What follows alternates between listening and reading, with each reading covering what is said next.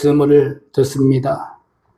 허락하신 주의 말씀 위에 복의 복을 내려주시고 종의 입술을 붙드사 하나님의 영광을 온전히 더 높일 수 있도록 하나님 축복하여 주시옵소서. 허락하신 말씀 위에 주의 성령의 은혜를 부으사 우리의 심령 속에서 30배, 60배, 100배의 축복을 누릴 수 있도록 하나님 허락하여 주시옵소서. 감사드리옵고 예수님의 이름으로 기도드리옵나이다. 아멘. 오늘 본문의 말씀을 통해서 모리아산의 이삭, 독생자로 오신 예수 그리스도라는 말씀으로 하나님 말씀을 보겠습니다. 요한복음 3장 16절에 하나님이 세상을 이처럼 사랑하사 독생자를 주셨으니라고 말씀해 주고 있습니다. 특별히 오늘 본문 창세기 22장은 성경에서 가장 감동과 가장 강력한 복음의 그림을 보여주는 본문 가운데 하나라고 우리가 살펴볼 수 있습니다. 중국 하나님께서 아브라함에게 말씀하셨습니다. 창세기 22장 2절 말씀에 여호와께서 이르시되 내 아들 넷 사랑하는 독자 이삭을 데리고 모리아 땅으로 가서 내가 내게 일러준 한 산 거기서 그를 번제로 드리라고 말씀해 주셨습니다. 우리가 이 명령을 살펴보면 아브라함에게 있어서 가히 상상할 수 없는 그런 시험이었다라고 우리가 살펴볼 수 있습니다. 그 이유가 무엇입니까? 이삭은 단순한 아들이 아니었기 때문입니다. 하나님의 부르심을 받은 아브라함이 75세에 갈대우르를 떠나고 하란을 떠나서 그 가나안에 들어가는 그 시간까지 그리고 그 아들인 이삭을 얻기까지 25년이라는 세월이 걸렸습니다. 다시 말해서 75세에 하나님의 부르심을 받았던 아브라함이 이삭을 낳은 때가 100세였다라는 거죠. 그래서 이 이삭이라는 아들은 아브라함에게 단순한 아들이 아닙니다. 우리가 일반적으로 보면 어떻습니까? 늦둥이들을 보면 부모들이 굉장히 귀여워합니다. 사랑스러워하고. 근데 그 늦둥이가 독자였다고 생각하면 어떻습니까? 그 가정이 완전히 보물 아닙니까? 다시 말해서 이 이삭이라는 사람도 하나님 편에서 보면, 아브라함의 편에서 보면 어떻습니까? 그 가정의 완전한 보물입니다. 우리가 지금 이 시대는 조금 예전과는 조금 다르지만은 예전에는 어떻습니까? 그 가문을 이어갈 수 있는 아들이 있다라는 것이 얼마나 중요한 것인가를 우리는 너무나 잘 알고 있습니다. 그래서 이 이삭이라는 사람이 아브라함에 있어서 단순한 아들이 아니라 25년 동안 기다렸던 귀한 아들이었고 또한 이 이삭은 하나님의 약속이 담긴 아들입니다. 다시 말해서 의미 없는 아들이 아니라는 거죠. 그 아들 이삭에게는 자기가 25년 전에 어디에서? 갈대우르에서 떠날 때에 하나님이 그에게 약속하셨던 그 약속이 시간이 흐르면서 이삭을 통하여서 확정되는 이런 모습들을 우리에게 보여주고 있다는 거죠. 그래서 이삭이 이 아브라함에게 단순하지 않는 이유는 그 이삭에게는 하나님의 약속이 담겨 있기 때문이고 또한 우리가 잘 알듯이 노년에 얻은 기적과도 같은 아들입니다. 어떻습니까? 우리가 지금 30세가 넘고 여인이 40세가 넘으면 아이 놓기가 그리 쉽지 않다라는 거죠. 그리고 보통 보면 50세, 60세가 되면 이제 모든 기능들이 다 저하되고 아이를 놓는다라는 것은 거의 불가능한 일입니다. 마찬가지로 사라가 이삭을 낳은 나이가 90세고 아브라함이 이삭을 얻은 때가 100세입니다. 다시 말해서 이 이삭은 단순한 아이가 아니었다라는 것이 여기에서도 드러나는 거죠. 다시 말해서 노년에 얻은 기적적인 아들이었다라는 겁니다. 그런데 하나님께서는 이런 이삭을 어떻게 하라? 모리아산에서 번제로 드리라고 합니다. 가히 상상할 수 없는 시험에 맞부딪히는 아브라함의 모습을 우리가 볼 수 있다는 거죠. 이는 창세기 22장이 단순히 아브라함의 믿음만을 보여주기 위한 본문이 아니라는 사실을 우리는 먼저 기억할 수 있기를 바랍니다. 즉, 이 창세기 22장 오늘 본문의 말씀이 아브라함에 대한 믿음을 우리에게 보여주기 위한 것이 아니라 우리가 이 말씀을 어디로 비춰봐야 된다? 구속적인 관점에서 바라볼 수 있는 우리 성도들이 꼭 되시기를 바랍니다. 즉, 장차 오실 독생자 예수 그리스도를 우리에게 보여주시기 위한 하나님의 말씀이라는 것을 꼭 기억할 수 있는 우리 성도들이 되시기를 주의 이름으로 축복합니다. 그래서 모리아산에서의 이 이삭은 갈보리 언덕에 예수 그리스도를 우리에게 보여주고 있습니다. 그래서 오늘 우리는 모리아산의 사건을 통해서 십자가 복음의 깊이를 살펴볼 수 있는 귀한 시간이 꼭 되시기를 바랍니다. 우리는 성경이 단순한 이야기가 아닙니다. 성경의 모든 초점은 어디에 맞춰져 있습니까? 예수 그리스도에게 맞춰져 있습니다. 그래서 우리가 성경을 바라보는 관점은 어디로? 예수 그리스도로. 모든 성경의 그 말씀은 누구를 가리키고 있습니까? 예수 그리스도를 가리키고 있고 그 사건을 통해서 우리에게 보여주는 것이 바로 하나님의 사랑이라는 것을 꼭 기억할 수 있기를 바랍니다. 그래서 히브리서 10장 1절에 보면 율법은 장차 올 좋은 일의 그림자요 참 형상이 아니므로라고 말씀해 주셨습니다. 여기서 히브리서 기자는 구약의 제사와 사건들이 어떤 것이다? 장차 오실 예수 그리스도를 보여주는 그림자와도 같은 것이다라는 것을 우리에게 보여주고 있습니다.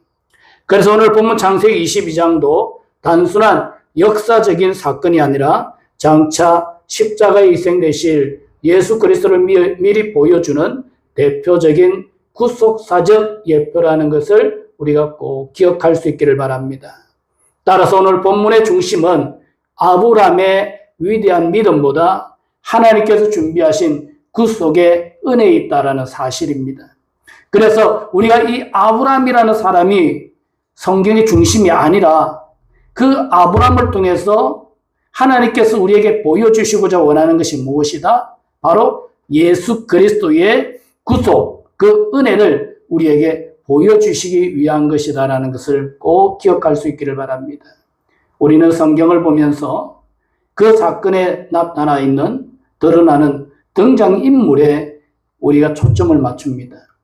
그러나 우리가 정말 그 사건에 대해서 일어나는 모든 사건들의 내용과 그 인물을 통해서 우리가 바라봐야 할 분이 누구다?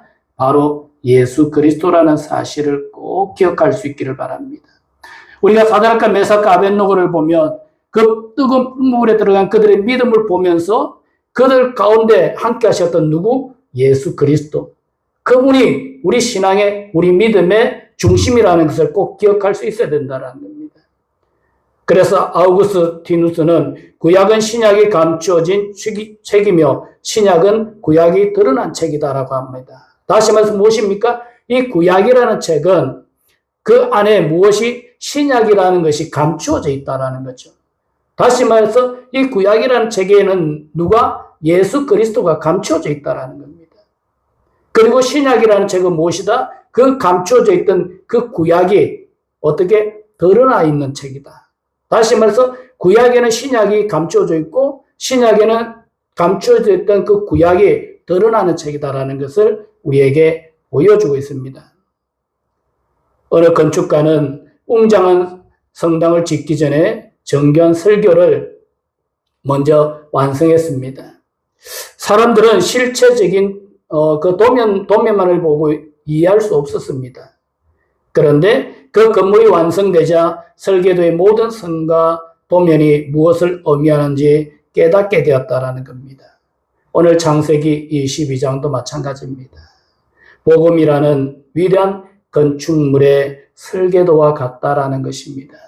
그래서 십자가가 세워질 때 비로소 그 의미가 완전히 드러났다라는 사실을 우리가 꼭 기억하시고, 이 창세기 22장을 통해서 우리가 아브라함이라는 사람 그 믿음, 그게 한정돼서 우리가 성경을 볼 것이 아니라 그 아브라함의 믿음을 통해서 그 이삭을 바치는 그 모리아 사건을 통해서 하나님께서 우리에게 보여주시고자 원하는 구속사적 은혜를 우리가 반드시 기억할 수 있는 귀한 시간이 꼭 되시기를 바랍니다. 그래서 오늘 본문의 말씀을 통해서 첫 번째로 이삭은 아버지의 사랑받는 아들이었다라는 것을 꼭 기억할 수 있기를 바랍니다. 아브라함의 사람이 이삭을 번제로 드리려고 했을 때에 아브라함이 이삭을 사랑하지 않았다고 한다면 이삭을 번제로 드리는 것이 그리 어려운 일은 아닙니다. 그런데 앞에서도 살펴봤듯이 아브라함에게 있어서 이삭은 자신의 생명보다 더 귀한 아들입니다. 그런 아들을 하나님의 명령에 의해서 모리아산에서 번제로 드린다라는 것이 그리 쉬운 일이 아니라는 거죠.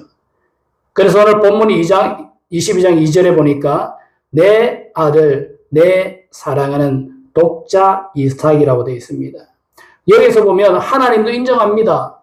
뭐라고요? 내 아들, 그리고 내 사랑하는 독자 이삭이라고 합니다. 다시 말해서 하나님께서도 아브라함이 이삭을 얼마나 사랑하는 줄 알고 계시다라는 거죠. 그래서 하나님은 단순히 아들이라고 하지 않으셨습니다. 그 이삭을 아브라함에게 사랑하는 아들이라고 말씀하셨다는 것을 우리에게 보여줍니다. 이 표현은 훗날 예수님께서 세례 받으실 때에 하늘에서 들린 음성을 우리가 떠올릴 수 있는데, 마태복음 3장 17절 말씀에 보니까 하늘로부터 소리가 있어 말씀하시되 이는 내 사랑하는 아들이요 내 기뻐하는 자라 하시니라. 이삭이 아버지 아브라함이 가장 사랑하는 아들이었다면 예수님은 영원 전부터 성부 하나님께 사랑받으시는 독생자였다는 사실을 꼭 기억할 수 있는 믿음의 성도들이 되시기를 주의 이름으로 축복합니다. 이삭은 사랑받는 아들이었지만 그럼에도 불구하고 이삭은 인간의 아들이었습니다. 그러나 예수님은 영원하신 하나님의 아들, 독생자였다라는 사실을 우리는 꼭 기억할 수 있기를 바랍니다. 그래서 창세기 22장은 이미 하나님의 독생자를 우리가 바라볼 수 있어야 된다라고 말씀하고 있습니다. 이삭을 사랑하는 그 아브람, 그 독생자인 이 이삭이 하나님께서 바라보시는 그 예수님의 관계를 우리가 꼭 기억할 수 있기를 바랍니다. 그래서 이는 내 사랑하는 아들이요 내 기뻐하는 자라라고 하나님께서 말씀하셨습니다. 누구를 향해서? 예수님을 향해서. 그리고 그 음성을 누가 들으라고? 우리가 들으라고. 그래서 성부 하나님께서 예수 그리스도를 향하여 선포하신 이 말씀, 이삭은 아브라함이 사랑한 독자였지만 예수님은 영원부터 성부께서 사랑하시는 독생자였다라는 사실을 꼭 기억할 수 있기를 주의 이름으로 축복합니다. 그래서 존 스토프는 하나님께서 독생자를 주신 것은 사랑을 설명하기 위한 것이 아니라 그 사랑을 어떻게 증명하기 위한 것이다.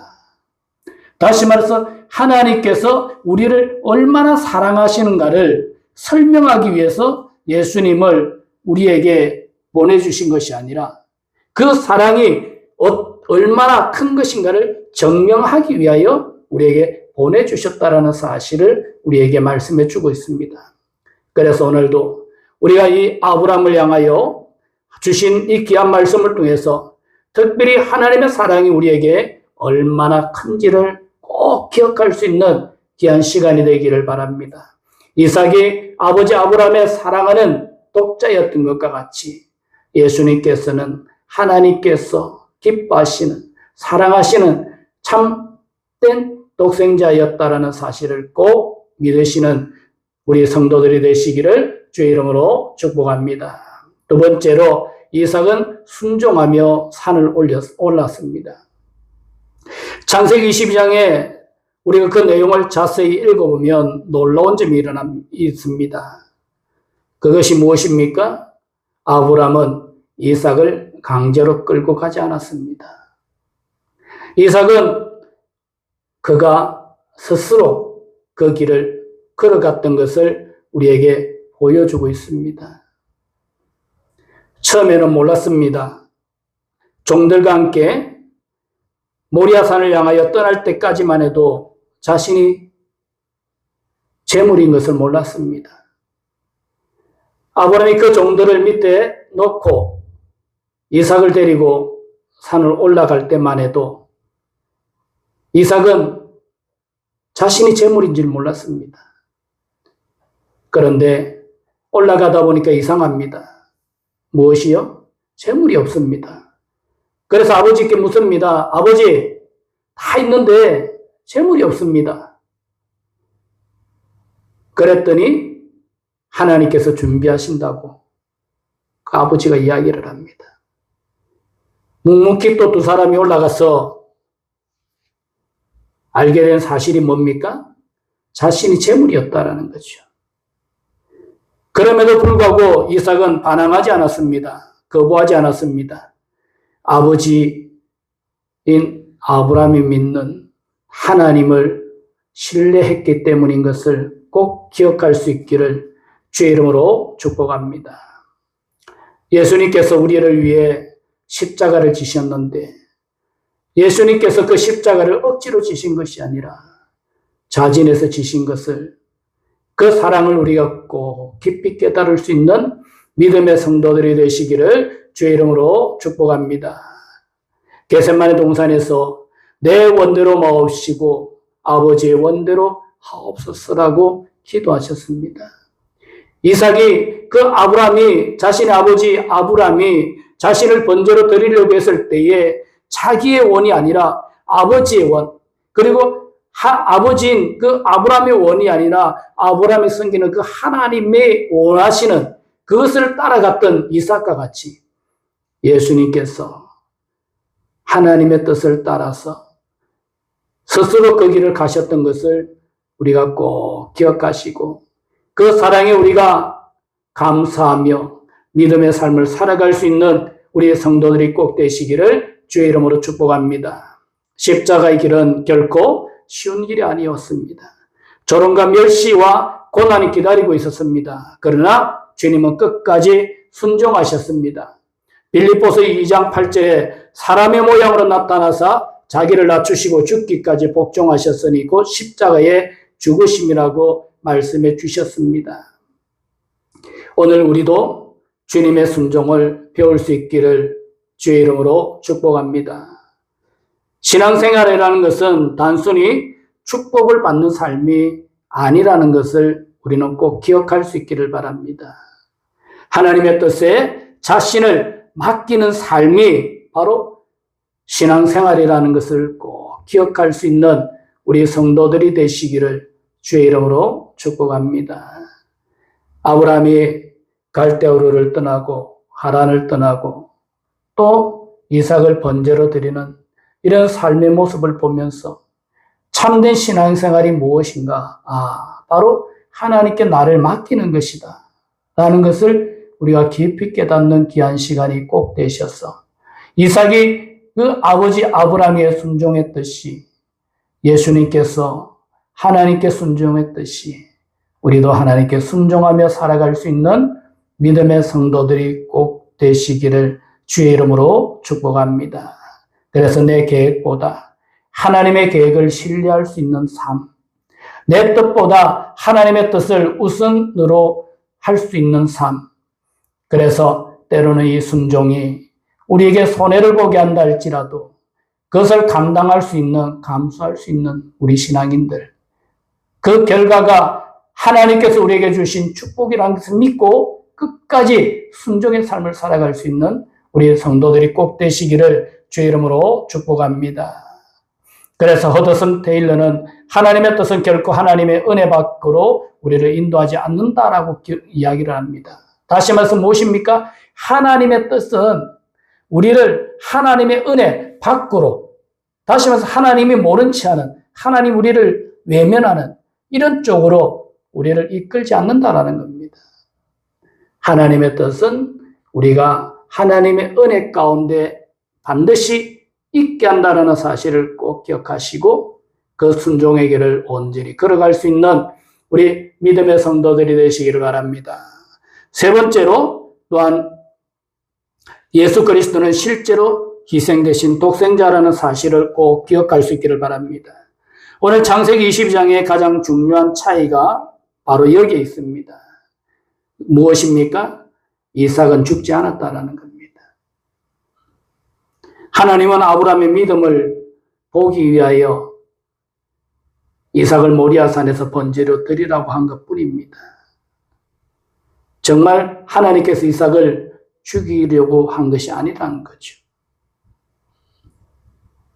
그런데 실질적으로 예수님은 골고다 언덕 십자가에서 우리의 죄를 위해 죽으신 줄 믿으시기를 주의 이름으로 축복합니다.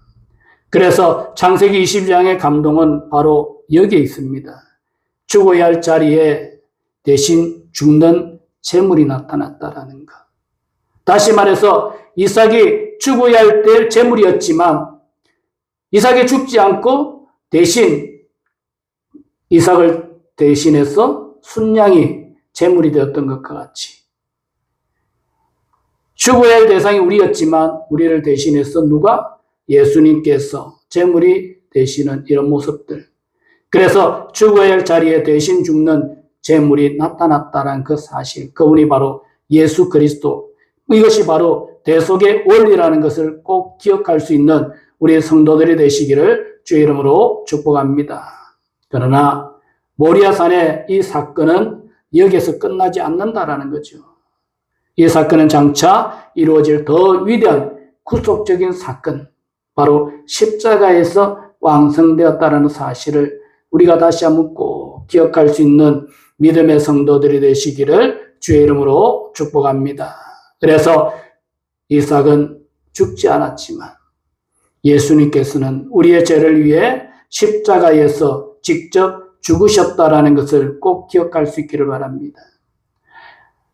하나님께서는 아브라함의 내리치는 손을 멈추셨지만 하나님께서는 우리를 구원하시기 위해서 자신의 독생자이신 예수님을 십자가에 못 박는 그 순간까지도 멈추지 아니하시고 그분을 우리를 위해 내어주셨다는 사실을 꼭 기억할 수 있는 믿음의 성도들이 되시기를 주의 이름으로 축복합니다. 그래서 십자가는 단순한 순교가 아닙니다.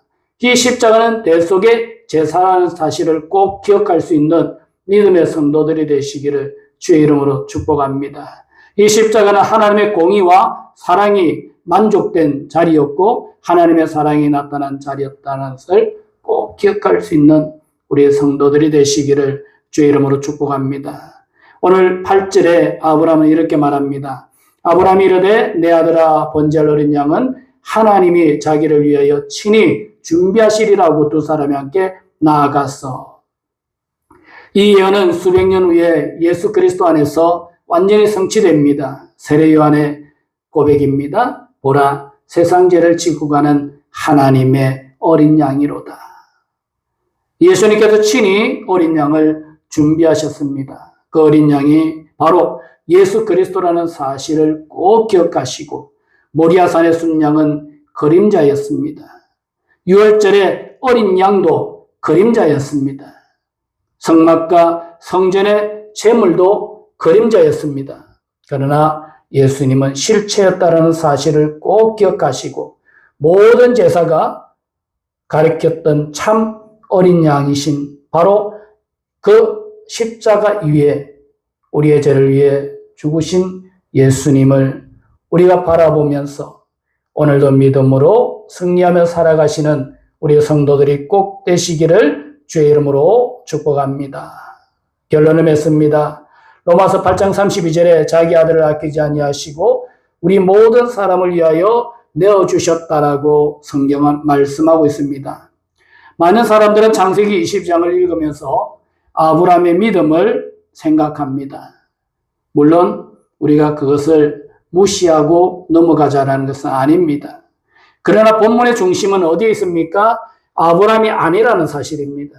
본문의 중심은 바로 하나님이시라는 사실을 꼭 기억하시기를 주의 이름으로 축복합니다. 그래서 모리아산의 사건은 인간의 헌신보다 하나님의 구원을 보여주는 사건인 것을 다시 한번 기억하시고, 오늘 우리는 이삭을 통해서 예수 그리스도를 바라볼 수 있는 귀한 시간, 그래서 이삭이 아버지의 사랑을 받았던 아들이었던 것과 같이 예수님께서는 하나님의 사랑을 받고 하나님이 기뻐하시는 독생자였다는 사실, 그리고 이삭은 순종하여 모리아산에 올라갔지만 예수는 완전히 순종하여 갈보리 언덕에 올라가셨다는 사실, 그리고 이삭은 제단 위에 올려졌지만 죽지 않았지만 예수님은 십자가 위에서 우리 죄를 위해 실제로 죽으셨다는 사실을 꼭 기억하시고, 오늘 이 말씀 붙잡고 하나님의 사랑이 얼마나 큰지를 다시 한번 깊이